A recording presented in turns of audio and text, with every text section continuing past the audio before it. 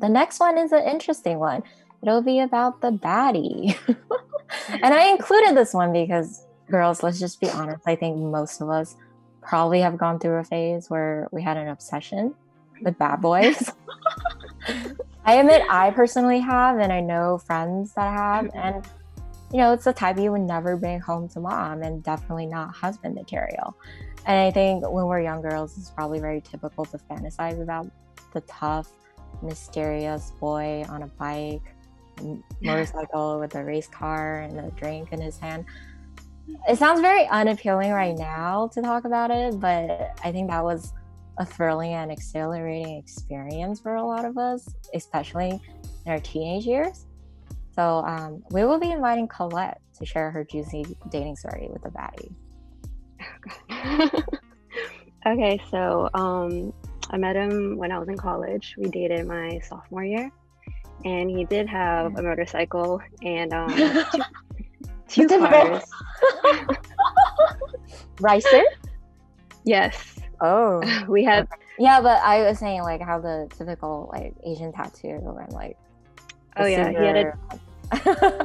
Yeah, he had a tattoo too, and so he had two cars. One was actually registered, the other one was not. He apparently like would steal license plates and put it on the other car. Yeah. So I think it was quite an experience. Like he was very jealous, wouldn't let me do a lot of things or talk to people.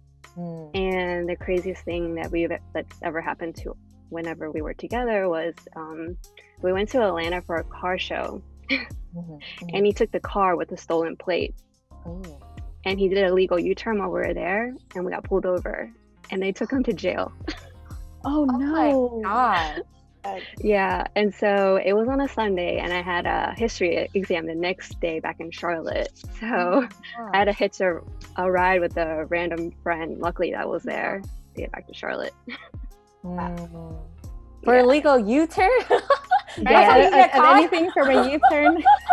Well, it wasn't the U-turn that got him. It was the stolen plate, and also he had a suspended license. I guess I forgot that part. Yeah. Oh my goodness. Yeah. Okay. Yeah, that's definitely an interesting story to tell. Yeah, it was quite a nightmare. Okay. So like, what was his appearance like? He had like those like blonde. The frosty tips. Yeah. Remember the 90s or like the early 2000s thing? Yeah. But I don't know. Did you feel like different. you got that out of your system? Oh yeah, that was way too stressful. And I don't have time or patience for that anymore. How long did that last? A year and a half. Year and a half. I'm surprised you were able to hold off for that long. So what was I wonder if you can share what attracted you to him? Well, the guy I dated before him was like, it was very innocent. It was like a high school boyfriend, and so yeah, just like a change. Like he was just, exciting. 180, yeah. Yeah. But I think it's out of my system. But it sounds like it was kind of toxic too. Like he was very jealous and controlling. Like, was there also like temper issues and arguments? And oh yeah, lots of arguments. Reportedly abusive as well. Yeah, verbally. Yeah, like I wasn't allowed to call him anything but like a nickname. If I said his name, he would get mad.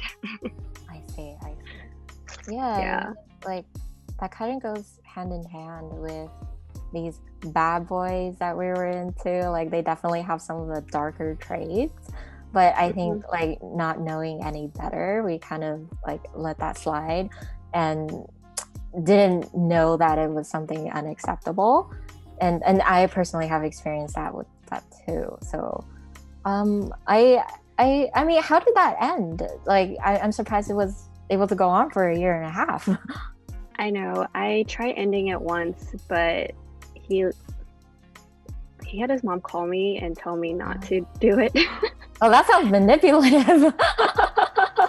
Yeah, and I was like, okay, I'll give it another chance. And then I found out later that he was either cheating or talking to another girl. And so I went on this whole like investigative thing into his MySpace and email. A little shame, but it was like I was looking for a way out. And it was like a blessing in disguise. I was like, yes. Girl, you don't need an excuse to leave anyone. Yes. And even after I confronted him, he said, he got really mad at me. He's like, I'm going to take everything you ever given to me and burn it in front of your house. Oh my gosh. Wow. That's super toxic. Yeah. Toxic. And I'm glad you got that out of your system while you're young.